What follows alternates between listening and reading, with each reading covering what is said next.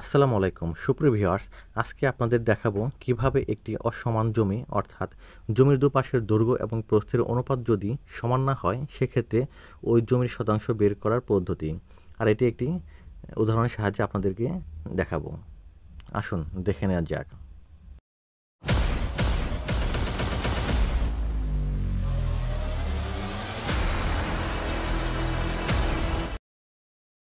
সুপ্রিয় ভিউয়ার্স, ধরে নিলাম এখানে ABCD একটি জমি।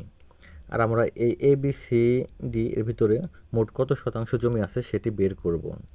এখানে AB দৈর্ঘ্য সমান আছে 155 ফুট এবং CD দৈর্ঘ্য সমান আছে 135 ফুট।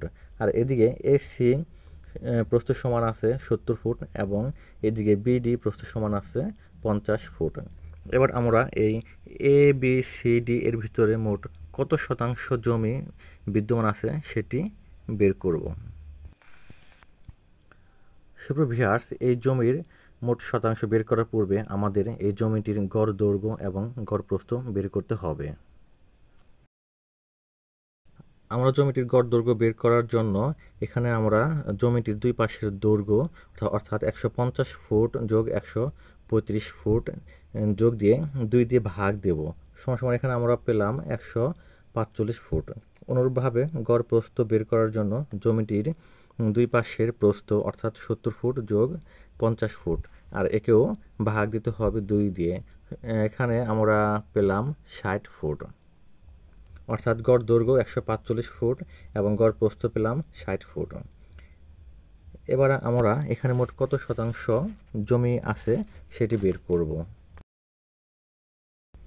এখানে জমির পরিমাণ সমান এখানে গড় দৈর্ঘ্য পূরণ গড় প্রস্থ আর একে ভাগ দেব 435.6। আমরা জানি 1% জমি সমান 435.6 বর্গ ফুট, অর্থাৎ 135.6 বর্গ ফুটে 1% হয়। সেক্ষেত্রে এখানে আমরা গড় দৈর্ঘ্য 145 পূরণ গড় প্রস্থ 60 আর একে ভাগ দেব 435.6 দিয়ে। সমান আমরা এখানে ক্যালকুলেশন করে পাই 19.972 শতাংশ। অর্থাৎ আমরা ABCD এই জমিতে মোট 19.972 বা প্রায় 20% জমি বিদ্যমান রয়েছে। আমরা এখানে শতাংশ বের করলাম। আমরা যদি একে কাঠায় পরিণত করতে যাই সেক্ষেত্রে খুব সহজভাবে এটা আমরা করতে পারি।